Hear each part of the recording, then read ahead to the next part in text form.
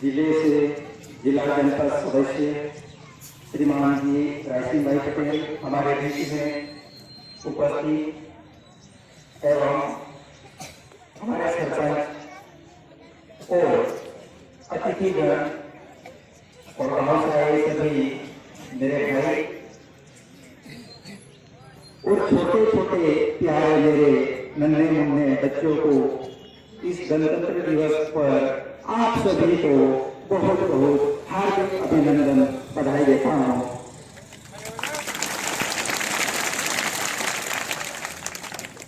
मेरा पूरा परिवार की ओर से आप सभी अतिथि को एक बार पुनः हार्दिक अभिनंदन। प्रतिवर्ष गणतंत्र दिवस पर हम सभी एकत्रित होते हैं, तो गणतंत्र दिवस क्यों मनाते हैं इस विषय पे थोड़ा सा मैं आप लोगों को बताना चाहूंगा। देश तो आजाद हो चुका था, परंतु हमारे देश को सुशासन या व्यवस्था नहीं मिल पाई थी। तो हमारे देश के कुछ स्वतंत्र सेनानी बड़े बुद्धिमान थे, जिन्होंने देश की शासन व्यवस्था को लागू करने से पहले विश्व के अनेक देशों में वहां के शासन व्यवस्था और वहां की संविधान व्यवस्था को देखा और जो अच्छी व्यवस्था थी और अच्छे कानून थे, उन कानूनों को भी हमारे देश में लाए और उसके पश्चात 26 नवंबर 1949 को हमारे भारत का संविधान निर्माण होकर पूर्ण हो गया था। उसके पश्चात 26 जनवरी 1950 को पूर्ण रूप से भारत में संविधान लागू कर दिया। तब से हम प्रतिवर्ष गणतंत्र दिवस के रूप में मनाते हैं। ये गणतंत्र दिवस और संविधान की जब बात आती है, किसी भी देश का शासन संविधान के बिना सही सुचारू संचालित होना संभव नहीं है। इसलिए प्रत्येक देश अपना संविधान बनाता है और उस संविधान में जो व्यवस्थाएं होती है, उस व्यवस्था के अनुसार वह देश सुचारू ढंग से चलता है।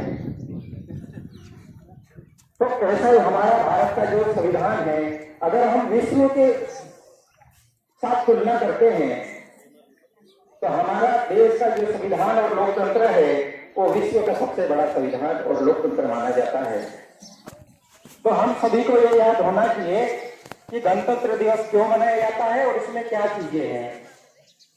तो उस संविधान के अंदर कानून लिखे हुए हैं। क्या लिखे हुए हैं? कानून। और उन कानून के अनुसार ही हमारा देश चलता है। सारी चीजें कानून के अनुसार ही चलती है। आज हम यहाँ पर सब बैठे हैं, सारे शासन में है। यदि अनुशासन नहीं होता तो हम अस्त व्यस्त हो जाते। उसी प्रकार से ही हमारा देश कानून के अनुसार चलता है। संविधान मात्र एक पुस्तक नहीं है, संविधान इस देश की आत्मा है। संविधान मात्र पुस्तक नहीं है, इस देश की आत्मा है। क्यों? क्योंकि संविधान के अनुसार हमारा देश चलता है। इसलिए मैं भी आप लोगों से और मेरे शिक्षक साथियों से भी निवेदन करूंगा कि हम कानून के दायरे में हैं। हमारा क्या कर्तव्य है, हमारे अंतर आत्मा से पूछें और हमारे कर्तव्य पर सही चलने का प्रयास करेंगे। हमारा कार्य शिक्षा का 10 बजे से पढ़ाने आना है, शाम 5 बजे तक रहना है और बच्चों को शिक्षा देना। शिक्षा देना मात्र नहीं, बच्चों को एक संस्कारवान बनाना है। संस्कारवान शिक्षा देना है, तभी हमारा गांव का जो समाज है वो एक सही रास्ते पे चल पाएगा। क्योंकि आज हमारे देश में कानून लागू हुआ, जो पर्व हम मना रहे हैं, इतने साल में भी हम अनुशासन नहीं सीख पाएंगे तो हम अपने समाज को आगे कैसे ले जाएंगे? हम अपने आने वाली पीढ़ी को सही दिशा नहीं देंगे तो वो पीढ़ी कैसे आगे ले जाएगी?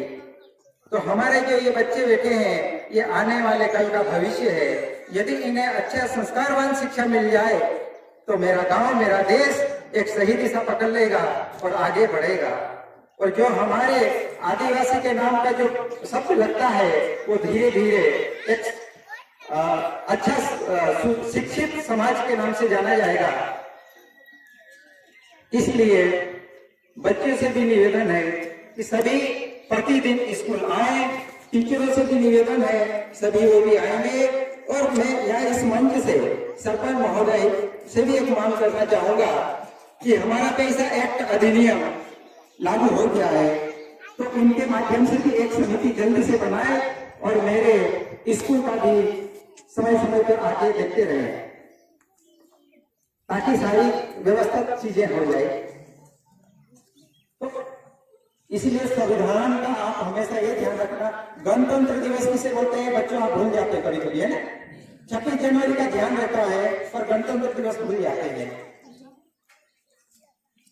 तो ये सभी अनुशासन की बात है और हम मिलकर हमारे गांव को, हमारे समाज को आगे ले जाएंगे और हम भी आगे बढ़ेंगे। अभी हमारे जिले के जिला पंचायत सदस्य बोल रहे थे ना पटेल साहब, ये अच्छी पढ़ाई करो, आगे बढ़ो, है ना। जब हम अच्छी शिक्षा लेंगे तो ही तो हम अच्छा काम कर पाएंगे।